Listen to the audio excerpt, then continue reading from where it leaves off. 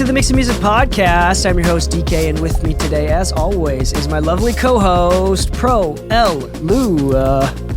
Anytime you use me, just make sure you slam that input knob at like 20 decibels. You'll love the way it sounds. Heck yeah. 20 decibel boost into Pro L Lu. The different settings of Pro L2 from FabFilter, that could be an entire episode in itself. Yeah. The way the attack and release work is actually pretty interesting. I don't know if you've ever played with it. I haven't looked into the specifics, but I do know the generalized how they correlate and how they change. Yeah. Because even conceptually, the idea of an attack time on a brick wall limiter is kind of funny. Yeah. But if you look into it, it makes sense. But it's not what you think it is. Yeah.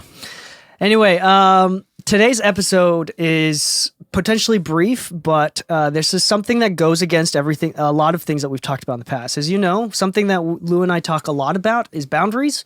I'm a big proponent of sustainable mental health, pushing yourself to do the best work that you can, to be honest and filled with integrity, full of integrity, but at the same time, being aware that taking care of your mind is important, especially as creatives. And then on top of that, Lou and I specifically, from those conclusions, we talk about boundaries.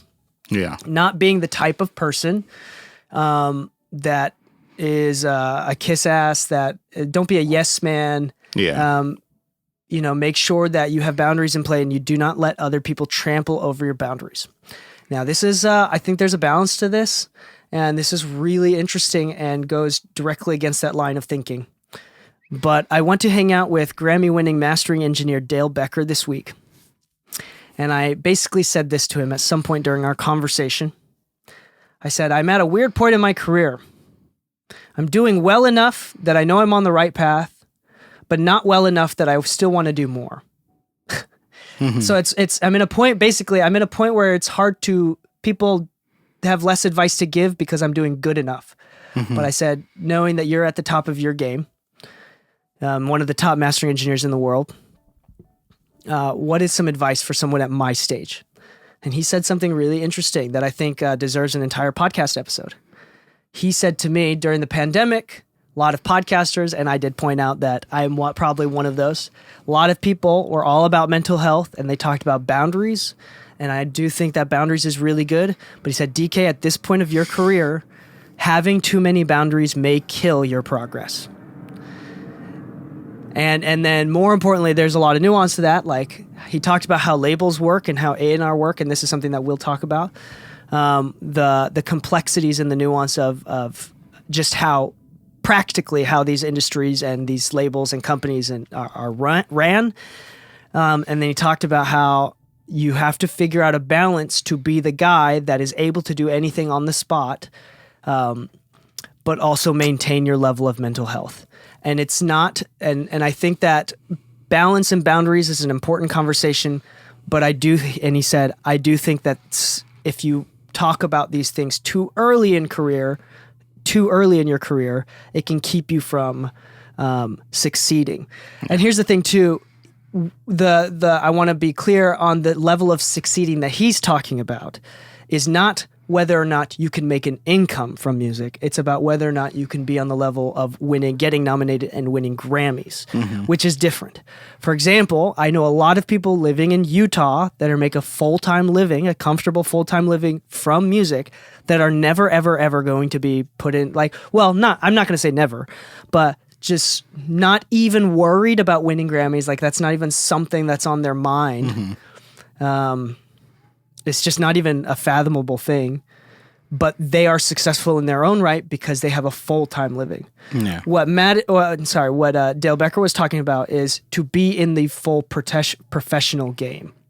So, the first thing that we've done an episode about desire, about what you want. What is it that you want? Do you want to be able to feed your family, to have a family, to feed your children?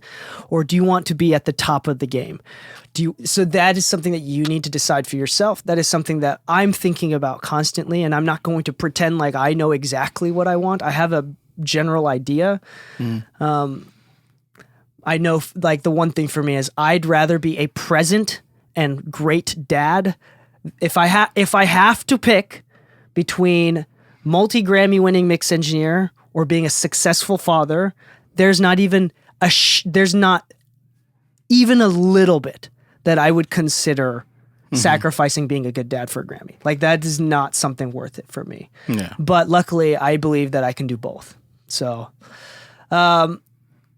anyway, Lu, let's first talk about desire. And I want you to not speaking in the sense of advice or, I want you to talk about your personal thought processes of how you feel about success, and your personal desires. Okay, that's kind of interesting because that's honestly been something I've been thinking about a lot lately. Not as like a New Year's or anything kind of like that. I know it is the new year, but there's been quite a few changes. Like, I'm moving and everything, and then like part of it is I actually I've actively started any kind of ties that I have like to like any kind of scheduled work. I've been switching up, like, to the point where I may let go of some of them. But mainly because a lot of the conversations I've been having with Anna lately is like what I want this year, what I want moving forward, how I want to approach it. And like, Anna is Lu's wife, by the way. If you're new to the podcast, wife. Anna is Lu's wife. Yeah. She's very pretty, in case she hears this. Got to throw it in. Come on, man. Hype up your wife. Hype up your wife. Go ahead. Okay, so it's kind of funny because I like how obligatory that was. It's like, it was like the least heartfelt thing. I guess. And if you are listening, I want to mention that he actually does think you're very pretty. Like, yes. That's not like, it wasn't obligatory. Oh no, as obligatory as it sounds. You should hear how I hype her up every day. If you don't hype your wife up every day, then she's not your wife. Dude, she might be. It was just like it was like, oh, by the way, she's pretty. Yeah, just in case you're listening. In case you're listening. Yeah. Just you're like I'm saving my own ass here. That's what it felt like. I go home, it's like, I heard you talking about other girls on the podcast. All right, go ahead though. But no, like, honestly speaking, like, it's kind of funny because like I even made a post about this, talking about like lately I've been feeling like a lot of inspiration and like want and like focus in what it is that I'm after right now. And that doesn't mean I'm making any major changes. I'm still mixing and mastering, but like with the move and everything, there's like a lot of things that I want, and it's just been on the top of my mind. But it's like this driving force in me right now. It's the point where like I can't sleep lately. I spend all night making spreadsheets and calculating every number in my head and trying to like really make sense. But the funny thing is, that's exactly how I felt when I really knew that I wanted to make music. I worked a full-time job. I went to school full-time. I was in a relationship, and I owned a recording studio with another production company I was with, and I was there 8 hours a day. So realistically, I was sleeping 4 hours a day, and I was almost never home. But like, that amount of like drive and everything was my desire. Like, literally being that motivated and excited to go to work every day to continue growing and learning more. It was the adrenaline rush a lot of people look for in life, you know? And honestly speaking, that desire is really what's going to carry you through, whether you're starting out or at a later stage in your career, you know? So what changed recently, you said? So say that again. What there's been like, I'm moving and stuff and all that. And so there's a big life change. There's big life changes and stuff like that. But realistically speaking, it's like, for instance, my studio design company and the acoustic stuff that I do, like, it's been doing well to the point where like, you've been doing very well with that stuff. Yeah, but unexpectedly so. But it's funny because like my drive from success in that wasn't motivated by like money or anything. It's just like, I really like designing studios. I really like seeing a space come together and all that kind of stuff. And I'm like, how amazing can I make a studio? I want to make one of the most amazing studios. And it's like that want. That want is what's driving me. It's not the need to build the biggest studio. It's like, I really want to see the fulfillment of something amazing, something that I could really say like, this is a masterpiece. The same way that some people say like, this is the greatest mix I've ever worked on. I think that's a really good balance where if you can somehow not rationalize feels evil, but if you can somehow align your personal selfish desire with what you do for work in that sense. Mm-hmm. For example, wanting to do mixing because you think mixers are cool is not it's okay to think that mixers are cool because we are. I'm so cool. But it's not a very sustainable motivator for doing good work. Can you imagine having to try to like be cool all day instead of just being yourself? Yeah. It's very draining. like at the end of the day, the people that are doing really well in the industry, I do find somehow have managed to maintain their passion for whatever they're working on. Yeah. And the cool thing about being human is that every human has a really weird and specific passion. Mm-hmm. You know, like for me, at the end of the day, mixing is very strange. Like it's a very specific, technical, and nerdy thing that most people don't want to even think about. I think I told you I think I told you like when we first met that at the beginning of the pandemic, like I had signed for like a new apartment and it just didn't work out because the pandemic hit. I was like, oh shit, all studios closed, all concerts ended. So I hit up my family and I'm like, hey, let me rent the room in the back. And they're like, sure, no worries. But it was also the first time my mom ever heard me working. And she did not know part of mixing was like looping the verse so that you can edit the vocal and make sure it's in key and, you know, clean up the mud, add the right reverb tails. And I just get a call from her. She's like, why do you keep playing the same line over and over and over again? It's driving me insane. Like, can you turn down the speakers? I'm like, I'm at the lowest volume I can. I'm sorry. Yeah. It's like some people hear what we do and they're just like fascinated by how we're not blowing our brains out. Yeah, I love the weirdos that have really strange hobbies. Yeah. Like for me, mixing and loving and like I find mixing very cathartic. Like it's very relaxing for me. It's definitely something that I love. It's the perfect balance of creative and technical. Yeah. Something I can get really into. I'm very passionate about mixing and music in general, like listening to music and the value of music in society. I like, for example, I find it equivalent to like I also really like mechanical keyboards. I lube my switches. I will solder mechanical keyboards. I will make custom keybinds on, and I will flash software onto a PCB that I've potentially soldered myself. It's a mechanical keyboard like that you type on. Yeah. Like that's really nerdy. And I look at the Pokemon cards marketplace. Yeah. And it's like, it's like that's. Yeah. That's kind of what mixing is. It's like this really weird niche thing that like most people think it's interesting that you have this hobby. Like the hobby itself isn't interesting. Like most people look at us and be like, it's interesting that you like this. Yeah, it's like so you're strange. So what do you like to do all day? It's like sit in a dark room and listen to the verse a million times and try to time the reverb right. Yeah. So, explaining how to like time a reverb right to somebody who doesn't do music at all is like explaining the thing that they never actually ever paid attention to, and they're like, wait, that's a thing? Yeah. That's a thing? I digress. We're drifting away from the main thesis here, from the main thesis, but let's go back. The point is we do something that's fairly niche, that's fairly nerdy, that's fairly weird, that most people are genuinely not interested in, and luckily we found our desires to be aligned directly with what we do. We're not trying to be mixers to prove to our dads anything, to do anything. Like we both genuinely love music, and that's not something that that is just something that you have to have in order to get into, but it's also difficult to maintain as you build your career. Yeah. I would say most people lose their passion in music when they realize that it's a lot harder to make money from this, and you don't get dedicated vacation days if you just worked an office job. So like an office job is so much easier. So like how much do you love music versus how much are you willing to like care about self-income taxes? Yeah. There's have you ever seen the YouTube channel Infographics? There was one about like dopamine hits, and like in the episode it talked about like how long some people's like new fascinations pan out, and on a deep fascination it's typically a year. Mm-hmm. If you found yourself doing this past a year, that's passion for something. Yeah. It's not a new obsession, or it's not a new hobby. Yeah. There's a DL on our live stream. We are live right now, and on our YouTube channel, DL username DL says, "Do you guys also produce tracks or engineer?" I think this will lead into another part of this conversation that I want to get into, which is why, as much as for two people that talk so heavily about boundaries and making sure that you don't get trampled on, and making sure that you love your clients and you don't build a base of clientele that you hate and abhor. I do think there's many parts and times of a career that, in general, are very good to not having as many boundaries and to just working your ass off. I think one of those is timing at the beginning. So like in high school, if most people don't typically find their passion during high school. If you are someone that found that you really like FL Studio, that you really like engineering while in high school, that's like an awesome thing. And that's very uncommon. Most people find it afterwards, maybe even in college.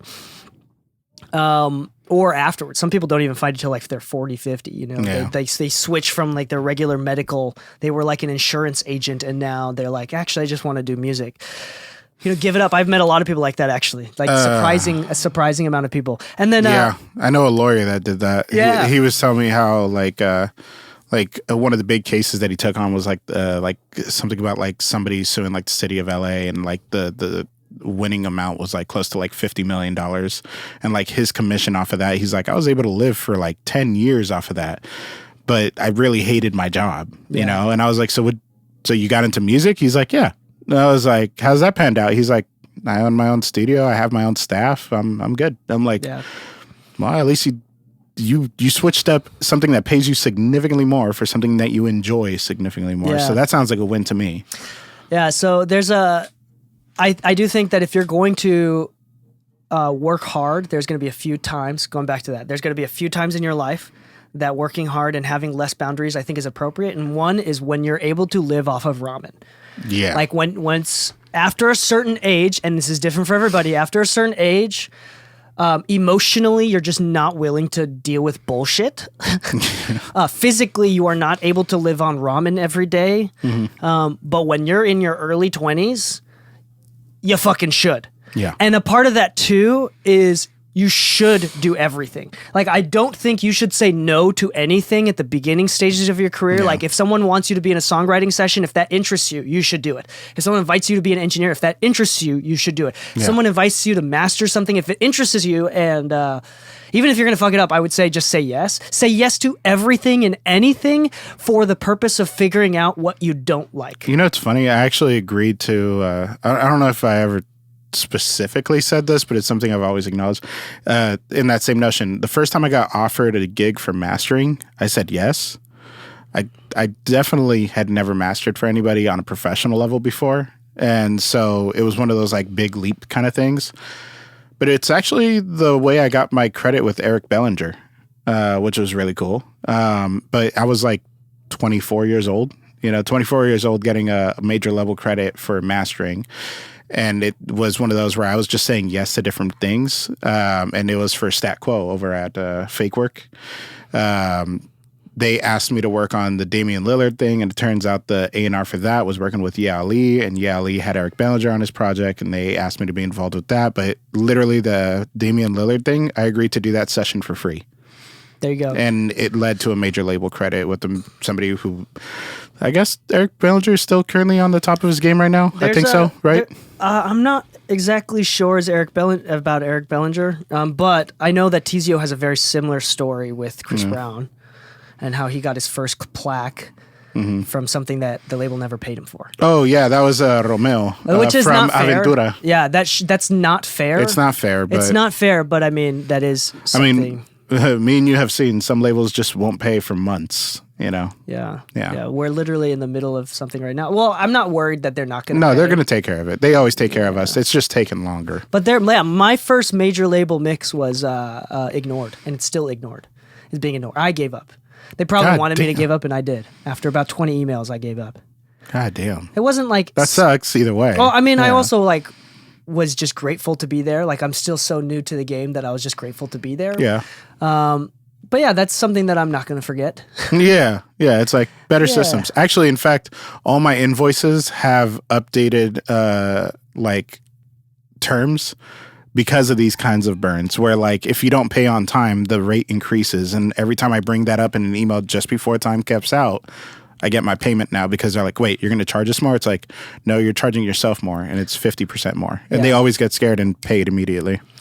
Yeah, and that's depending on like the level too. Like if it's just fucking like if you're invoicing Universal for $50. Yeah, or like even if you're invoicing Universal, there's not one single person that can make a decision to just be like pay your invoice on time. Yeah. Like it has to go through dozens of people in an entire office. So it's just not possible to do that. So like if the team that you're working with is small enough that can do that can make a split second decision like that, that's awesome. Yeah. But like you got to also be aware that like that's not always the case. Yeah. Which by the way, Universal was the one that screwed me over. Yeah. Actually, I think it was for me too. Yeah, it was Universal. Because Sony and Interscope have been good to me. But I don't think I've done... No, actually, no, you're right. Universal is the one that I currently have an issue with right now. There's even... Music, yeah. Even some of the subsidiaries of Universal have been good to me. It's specifically Universal directly. But I will say this. Somebody a part of it, I told them that the invoice was so late that I have to charge them the different net terms, and they paid the difference out of their own pocket. So same thing. Somebody in a subsidiary took care of me at least for the difference for now, while I still wait for the main invoice. So I'm like, how did I get paid the difference before the actual invoice? Yeah. But no, honestly speaking, like it's things like this where like if you have a passion for something and it's really driving you towards it, like these are some of the roadblocks you're going to hit at some point, you know? And once again, it comes down to like, are you a team player? And sometimes that's going to be the defining reason why you get to work with certain people, and if that's where you want to go, if that's part of your hit list, right, that's like, then this is kind of some of the stuff you're going to be dealing with. Yeah. But and if you do have like, and going back to the main part of the podcast episode too, is like the point is if you're not so in love with what you do enough that you're willing to get burned once or twice, obviously it's not good to burn someone. It's not good to get burned. You need to defend yourself and make sure that you get paid. Put systems that is in important. place. But if you are so sensitive that you're not willing to consider that as an option, like you need, like if you want to do well, you have to be courageous and recognize that if someone doesn't pay you, it's on them, it's not on you. Yeah. Like you have to do your part, and if there's like like I use the word courage on purpose, courageous here on purpose. It's because at the end, this is like more of a lesson on life too. This can be extrapolated into life in general.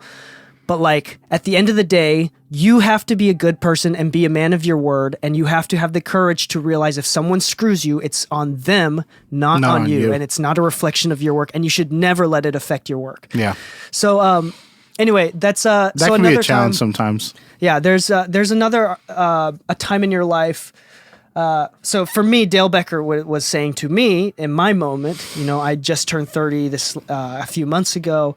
I'm at the how do you say, like, I feel like I'm in the top 1%, but I'm at the bottom of the top 1%. Like, that makes sense. Like, I'm at the very bottom. I might be in the top 5. Like, I'm at the bottom of the top 5% or something. Yeah, like I'll give a good example. Like, I was really flabbergasted at something I was told yesterday because I saw a friend that I haven't seen in years, and randomly at Target, in the same neighborhood that we both live in. So it's like we live in the same neighborhood, still haven't seen each other in years, but.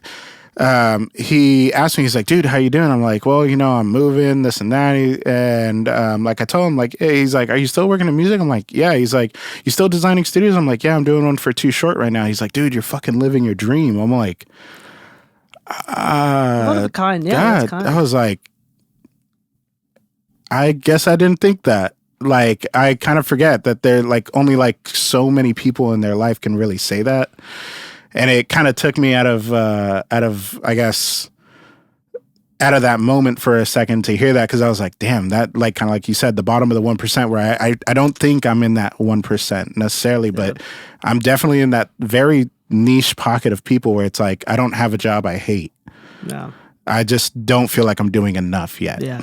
Like, I'm doing well enough to no longer feel an inferiority complex. Exactly, yeah. It's like, and that, like, how many people can you say is like, so what's your job? I get trusted to build people's studios and plan them out for them, systemize the lighting, the sound, the wiring, everything. It's like, you know how to do all that? It's like, yeah, it took years to figure it out and really make sure that it's done right, but holy shit, yeah, I guess I'm at that point now. Yeah. Yeah, so it's interesting because, like, so the point is, Dale Becker then said, that a lot of people at my stage of the career that are just getting started, like the trajectory is really, really good. This is when basically a career like potentially can skyrocket or change dramatically. I'm literally just at the door. I just opened the door, right? And I'm not going to pretend like I didn't, I'm not going to pretend like I'm way further in the door than I actually am. Like, I'm aware that, like, this is new for me too. And he's like, if you have too many boundaries at this point, labels are way too busy, have way too tight of deadlines, and work with neurotic, chaotic artists. Like, they do not have the time, like, because at the end of the day, mixing and mastering is a very small part of a big machine. Yeah. The label has to deliver a single song takes so many different people, including the marketing, the advertising, the content creation, everything around it, the business, the finances, the taxes, the expenses. If you were to look at the budget alone, mixing compared the mixing budget versus like the marketing budget, the recording, we are the so producing, tiny compared to all of it. Yeah, so it's like if you're just way not enough of a big deal that if you make it difficult for them, it's just not worth hiring you. And that's something that we've like touched on the last couple episodes is like realization of how small of like you're an important cog, but you are in fact a small cog on a big machine. So and recognizing that, being self-aware about that. At the end of the day, like if you have too many boundaries and you have like I have a vacation that is non-negotiable, or like they don't care if you take vacations or not. They just want to know that if it's they just want to be done. Yeah. And if you're the type of person that can just get things done, and sometimes that may mean, staying up late one night for a couple, or like for an entire week or for a couple weeks just to like rush a project. That may mean that like don't have too many strong boundaries. And he said once you get older and you do have a lot more credits and a lot more acknowledgement, rapport, you build the leverage to be able to have some boundaries. But even then, like, this is just part of, he basically said, like, he insinuated, or like, he inferred that this is just the nature of the business. If you want to play ball at this level, this is the nature of the business. Yeah. And my response to this for the audience is, you need to decide, and the reason why we talked about earlier, desire, you need to decide whether or not you want to play that ball game. Yeah. There's nothing wrong about playing basketball in Europe and in China, but if you want to play in the NBA, you have to, the NBA already has a culture, already has a game schedule, already has things that are mostly like these systems and the way things work, the job of A&R and marketers and stuff. These things were created over decades. Yeah. And it's not perfect. The system is not perfect, but it is built on a practical system. Like nobody has figured out a better way to do it yet. That's just all it comes down to. And you have to figure out a way to fit in that machine. It is not your job to change the machine. Yeah. And if you do, and if you want to do that, you're just going to have to accept to play basketball in Europe or in China or something like that. Yeah. Europe or in Asia. Like, which is like, there's nothing wrong with it. But you have to figure out where your desires are. And I know a lot of people, and this is something that I balance with myself all the time, I'd rather make a less of an income not being on TV, not being famous, making, even if it's like a couple $100,000 a year or less, I get to play ball. Yeah. And that's enough for most people, for a lot of people. And this is kind of unrelated. But I'm finding myself to be in a really mentally healthy place recently. And I found that before, my desire to be the best of the best, that competitive nature, was largely based on a feeling of inferiority. Like I never felt like just insane insecurity in a competitive, which incited a competitive nature in me that wanted to be the best. And I never felt like I was enough. But those feelings have gone away, and so have and it's really interesting because like I'm kind of also noticing a change where before I wanted to be the best and work with the best because I felt like I deserved to be among the best, but now it's changed and it's a lot healthier of a place. I find that I want to be the best because I genuinely enjoy the work. Yeah. And I find myself feeling happy that I'm contributing. And I find that this is a quote from psychologist Alfred Adler: happiness is the feeling of contribution. And I'm noticing that at my level right now, like I've had a friend who said that their child who's in middle school or high school, their favorite artist is one of the artists that I work on. Like that's like a small thing, but it's like you feel you're contributing. Yeah. And that I'm like, that alone is what I seek after. It's no longer from a sense of insecurity, which can be weaponized in a good way. Yeah. Like feeling insecure isn't the end of the world. If it's just bad if it's overwhelming. Like human beings exist and have been able to pass on their genetic code for generations, for hundreds of thousands of years because of this insecurity, because of this defensive nature that we have. Like, it's human nature. It's part of us. Anyway, sorry. That's just completely, we're getting off track now, but what do you think about all that? Honestly speaking, I think it still ties back to the main topic, which is, honestly speaking, like, if you need to find where you want to be as part of like maintaining that passion and everything, like actually saying, okay, at a certain point, people need you to be able to play ball. But if you hate what you're doing, if you've gone past the point of what you're comfortable with and what you're actually after, and you don't actually align with it anymore, then yeah, maybe it's better you just take a step back. But right now, if you're feeling happy in the way you're going about it, you're probably going to end up better off anyways. And you'll probably end up hitting the top of whatever you're trying to hit anyways. Yeah. Like, if you wanted to become the best and you honestly enjoy it, have you ever met like some of the top guys and ever heard them say like, oh, I hate what I do? Yeah. No. I actually haven't really heard that. Yeah, exactly. They've made mention about the effort that it takes to stay in love with it. They've never said, I've never heard anybody say that they don't love what they do. Yeah. And a lot of that comes from like, okay, they set up their system so that they can focus on doing what they love to do, because emailing is not what they love to do. Anybody that loves to do emailing, hit me up. You can do all my emails for me. But I hate them, so the less emailing I have to do, the better, the more I can focus on doing what I love to do. So the funny thing is that all of them are focused on growth and they want to get to that point, but they also realize that what they're growing with and what they're getting paid for is not all these things. So aside from setting up your systems, that's one part of it, but maintaining your passion and actually saying, okay, well, if I want to hit this label level and higher, then sure, some boundaries may have to come down for a little bit, but you have to just stay within a realm that you actually want to be in. Yeah. Yeah. And on that note, like Dale did mention that like boundaries is important, but not too early. Like his point was not too many, not too many, and not too early. Yeah. So it's like you should still always maintain some level of boundaries, but you do have to realize, and he specifically said it like this, you have to recognize and be able to discern which clients you shouldn't have boundaries for. So yeah, he's like, no, I get he it. kind of like he kind of said it like that, which is really interesting. And I'm sure there's a lot of nuance to that, but he's like you don't have to do this with anybody. But if Beyonce's teams come to you because there was drama on their mixing team and they were just scrambling and one of the people knew you and you are the backup of the backup of the backup of the backup of the backup and they gave you one shot to do it, that is not a time to be practicing boundaries. Yeah. So that's kind of like, he didn't say honestly, like you shouldn't remove boundaries completely. It's more like when you are given a shot, you can ruin it by saying yes, but. I'm willing to bet that, because I know I do, that you've done this whether consciously or not, where certain people hit you up and you're like, yeah, I'll get it done. But other people hit you up and like, that can wait till tomorrow. Yeah. Yeah. Like I know which one of my clients are actually in a rush and like that I need to prove to versus which some of my clients are not actually in a rush right now. And it's interesting, like I've noticed, if I think about it right now, the ones that pay significantly more or pay better or take care of me more, I'm willing to be lenient on. Yeah.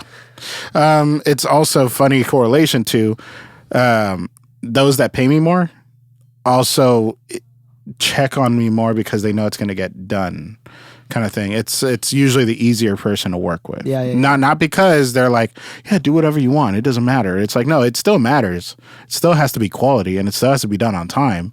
But they don't have the time nor care to be babysitting you. While sometimes it may feel with like some artists, that it's not that critical. The deadline's not for a certain amount of time and these changes don't need to happen right at this very moment. Yeah. Those changes do not have to happen at the very moment. Yeah, like I got a call, it was about like a month and a half ago. I was working on a label project and they asked me like, is there any way you can send me the bounce right now? I'm like, unfortunately not. They're like, what are you doing? I'm like, I'm out with family right now. They're like, oh, you're not at the studio. I'm like, no. They're like, there's no way like you could just like send a bounce like at some point like tonight. I'm like, I'm sorry, like I'm not going to be home until like 3 a.m, 4 a.m. I'm sorry, I'm at a wedding. Like, no, I can't.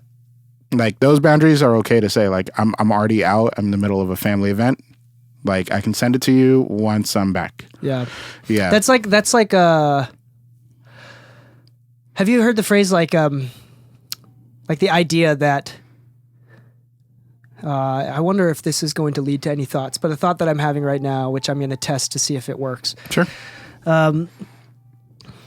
The concept of if you take a girl on a date and the girl doesn't offer to pay for the meal, then she wasn't raised correctly. And if the man doesn't say, no, I will pay for the meal, he wasn't raised correctly.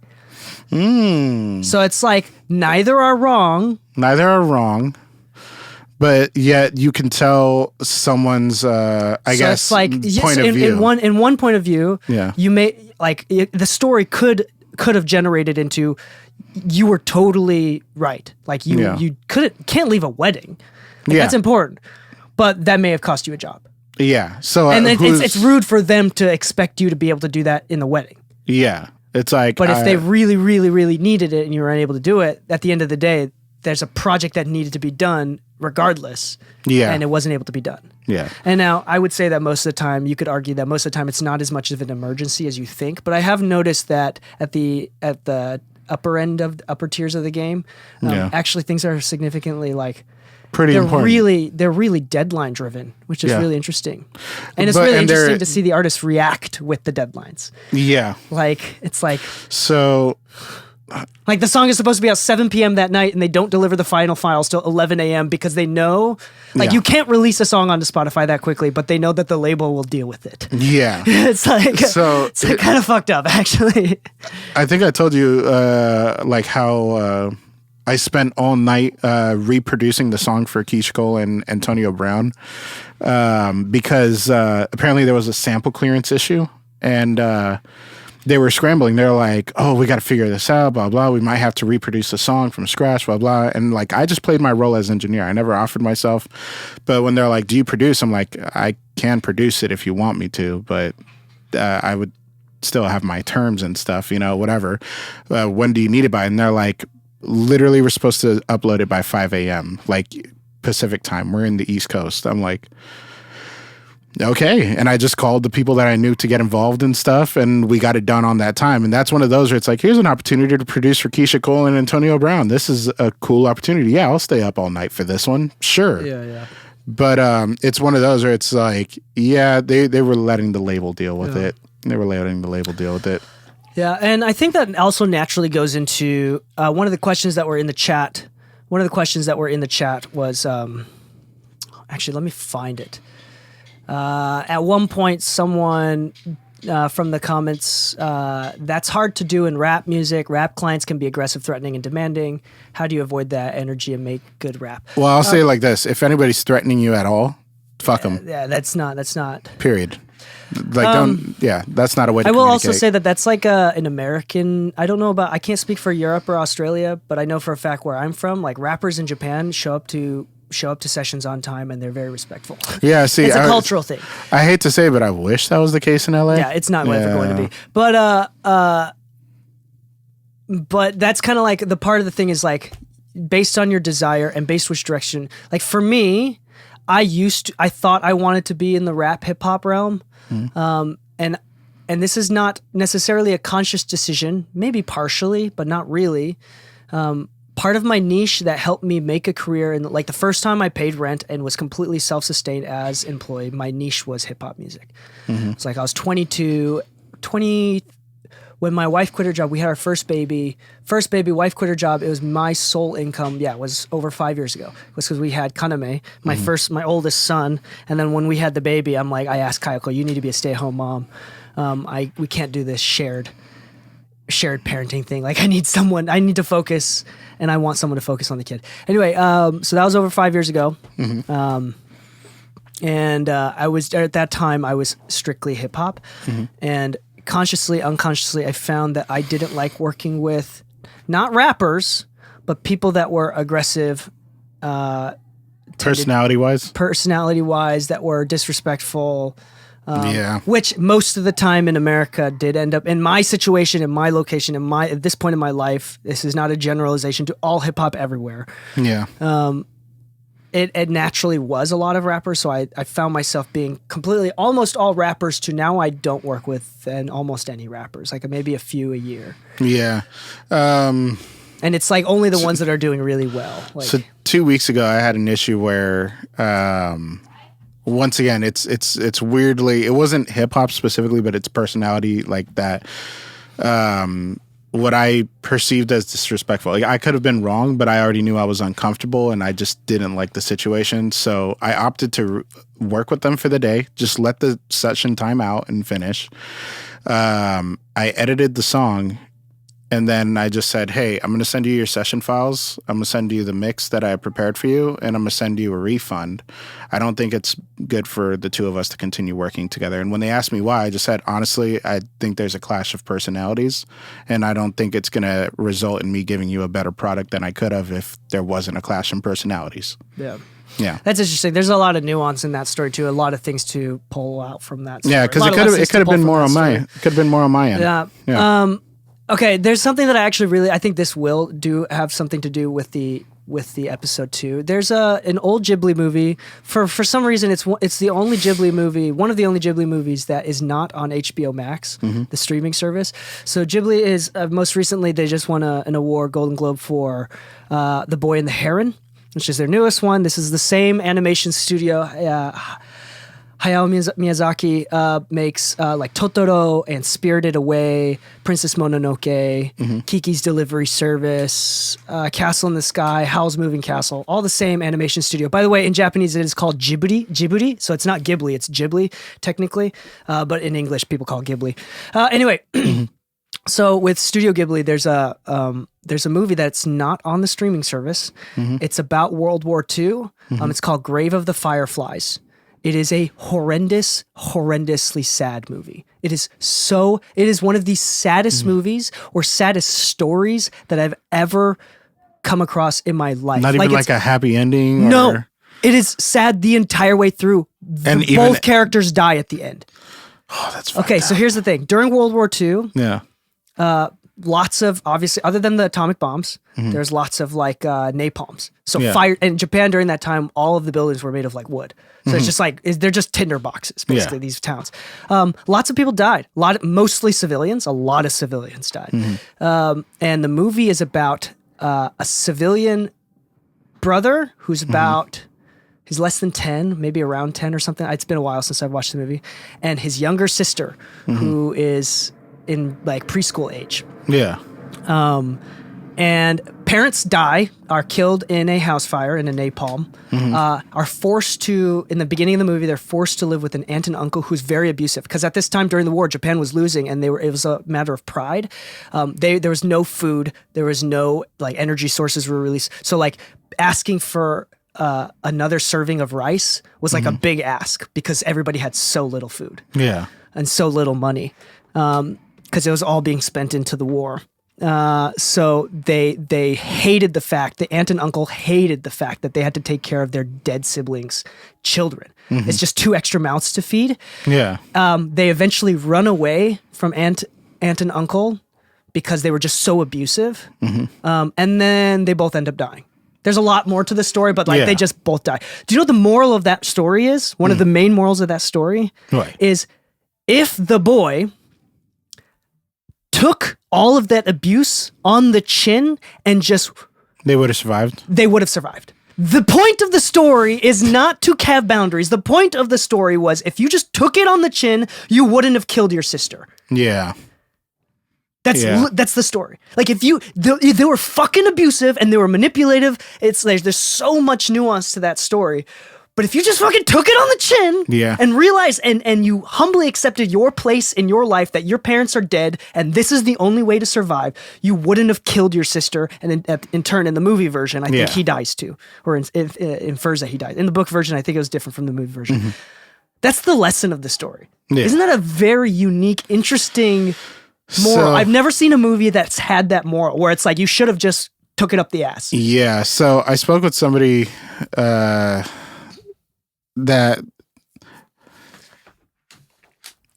anyway, so it's like kind of like that. Basically, they told me they're like, oh yeah, I don't work in music anymore because I met them in music, And I asked them why, and they're like, I just started saying no to too many things, and to be honest, at a certain point, I just stopped getting called.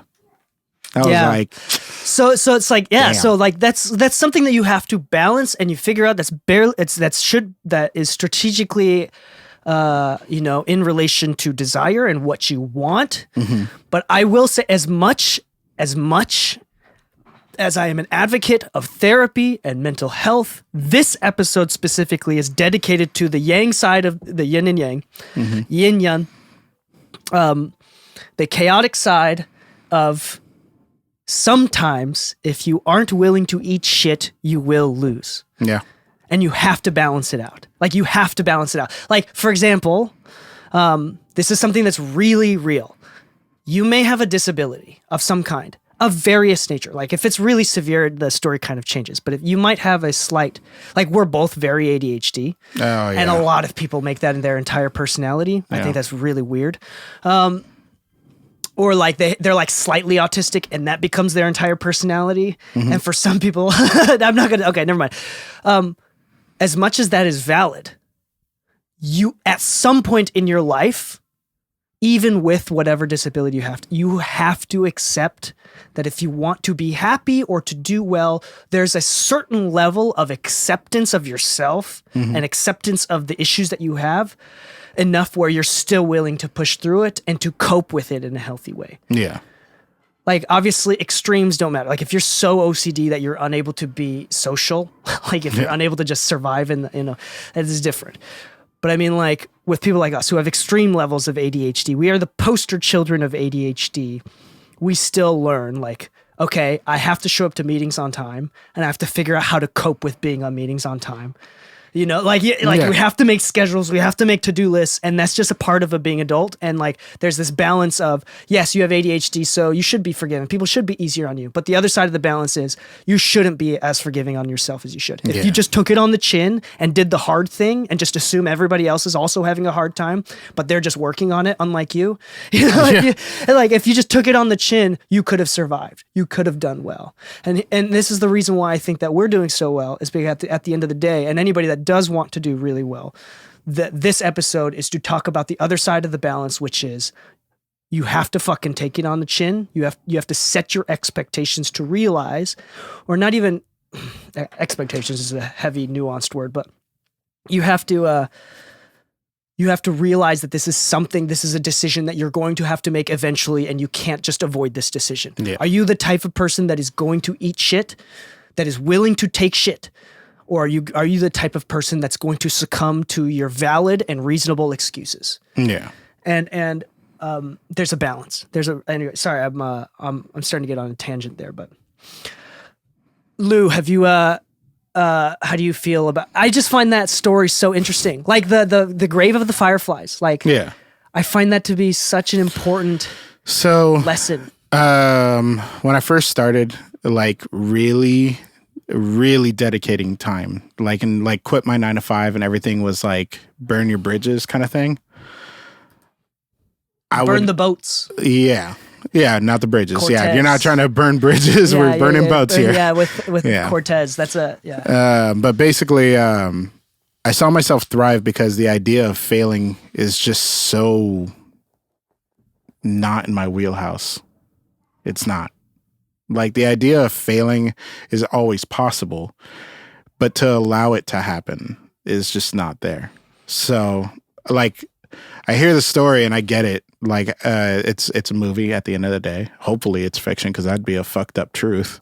But unfortunately, that is some people's fucked up truth. Some people really just would rather get away from it, and then ends up worse, right? But in my eyes, it was like I was taking on every job that I could, because I really wanted it to work out. And part of really wanting it to work out is knowing when to take it on the chin.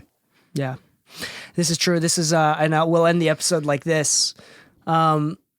This is something that I've heard someone say a few months ago, but the concept of both the superhero and the supervillain come from the same dark place. They just took a different path. They just took a different path. They did a study. They did a study on twins. I don't know if you ever saw this. One went to jail. One ended up becoming a lawyer. Oh, is that how twins work? One of them is always evil? Like not that. No. One of them just takes evil.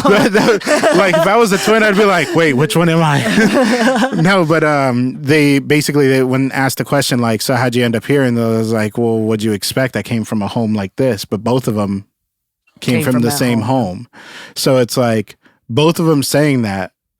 Was like the ultimate correlation of like it's not necessarily the where you are, it's how you move from there. Yeah, you can have a very different end result depending on the decisions you make. Yeah, there's a lot of like social commentary that we can make about politics and how I can only speak on the North America, the United States in general, of politically, socially. The importance of people needing to feel special. So self-proclaiming disabilities to be in a protected class or self-proclaiming, so like the race to the bottom. Yeah, it becomes a race. It's a very slippery slope race to the bottom. And like as much as that's important, because the reason why it started is because people didn't feel like there was enough representation. And so the pendulum swung that way because there was a lot of bullying just from people not understanding. So the point of it originally was to make sure people understand that this is something that does happen, right? Yeah.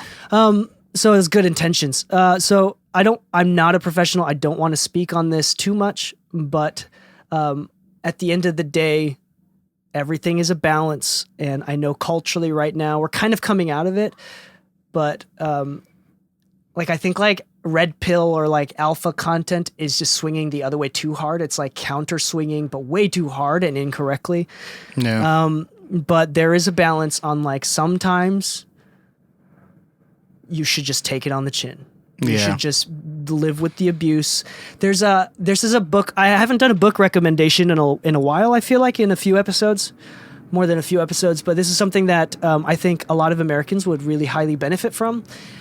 Is The Psychology of Alfred Adler. I've been talking about him recently. A book that I recently finished is called The Courage to be Disliked. If you have an issue with being a yes man, being hating yourself, feeling imposter syndrome, not really sure how you fit in society and in the world, dealing with trauma and how trauma can affect your inability to properly function in society. The Courage to be Disliked is the psychology and the philosophy of Alfred Adler, who is a psychology colleague of Carl Jung and Freud. So within that same vein, Alfred Adler, this is one of the small things that the book does talk about, but it's a lot more nuanced than this. There's a lot more to talk about than just this, but from a surface level, one of the things that Alfred Adler is famous for is that Freud talks about how trauma creates different things. Like if you are afraid of society, that's because of trauma in the past. Like it's a cause reaction type thing. Alfred Adler denies that and says that trauma, says that the decision, for example, if you have social anxiety, that is a decision you make unrelated to trauma. Which sounds really weird. Yeah. And really unsupportive of people that have social anxiety. But if you read the book, you understand where it comes from in a place that is, here's the thing. It's not a lack of empathy. It comes from a place of extreme empowerment. Because at the end of the day, Alfred argues that you are in control of how you react to the world. It is not your trauma. You don't have to let your trauma and your parents and your upbringing, your bullies allowed to shape your world. You still have the power to shape your own world. Yeah. It's a really good book. If you're a Spotify premium member, then you have 15 hours a month of audiobook that you can listen to. I think it's like a 6.5 hour book. The Courage to be Disliked by Ichiro Kishimi and Fumitake Koga, Japanese guys. There's a lot of like Greek philosophy, and also they don't say it, but a lot of like Buddhist principles in there too. It's a really good book, really, really good book. I think it's important for creatives to listen to that, especially if you feel like you have this incessant need to be Liked. verified, to be liked. Yeah. Yeah. If you're a people pleaser. A social blue check. Yeah. Anyway, highly recommend that book. Give it a good listen. Very empowering. Anyway, that's the episode.